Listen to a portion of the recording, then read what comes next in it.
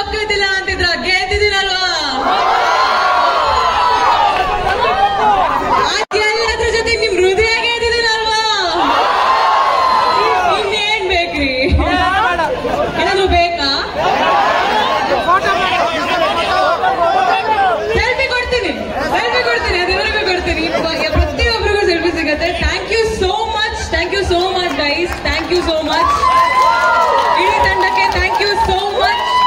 ಒಂದಾದ್ಮೇಲೆ ಒಂದು ಸರ್ಪ್ರೈಸ್ ಮೇಲೆ ಸರ್ಪ್ರೈಸ್ ಬರ್ತಾನೆ ಇದೆ. ನಿಜವಾಗ್ಲೂ ಇದೆಲ್ಲ ಗೊತ್ತಿದ್ರೆ ಇನ್ನೊಂದು ರೇಂಜ್ ಗಲಾಟೆ ಮಾಡ್ಬೋದಿತ್ತು. ಹೌದು ಓಕೆ, ಸಿಕ್ಕಿದೆ. Thank you so much guys, thank you so much.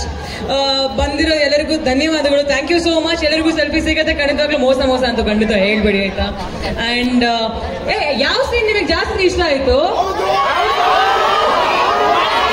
ಒಬ್ರೆ ಕೇಳ್ತೀನಿ.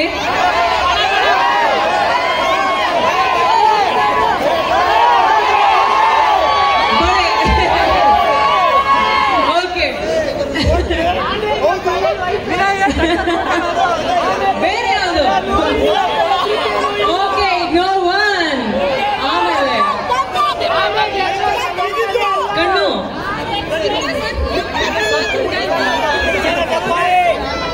ಇದಾ? ಹಾಗಂತ ಎಲ್ಲರೂ ಸ್ಪೆಕ್ಸ್ ಹಾಕೊಂಡು ಕಣ್ಣು ಹಾಳು ಮಾಡ್ಕೊಂಬಿಡ್ರಿ ಪ್ಲೀಸ್. ಸುಮಾರು ಜನ ಬಂದ್ಬಿಟ್ಟು ಮೇಡಮ್ ಕನ್ನಡಕ ಹಾಕೊಂಡ್ತೀನಿ ಆಮೇಲೆ ಕಣ್ಣು ಹಾಳಾಯ್ತು ಅಂತ ಹೇಳ್ತಾ ಇದ್ದಾರೆ. ದಯವಿಟ್ಟು ಅದನ್ನ ಮಾತ್ರ ಮಾಡಬೇಡಿ.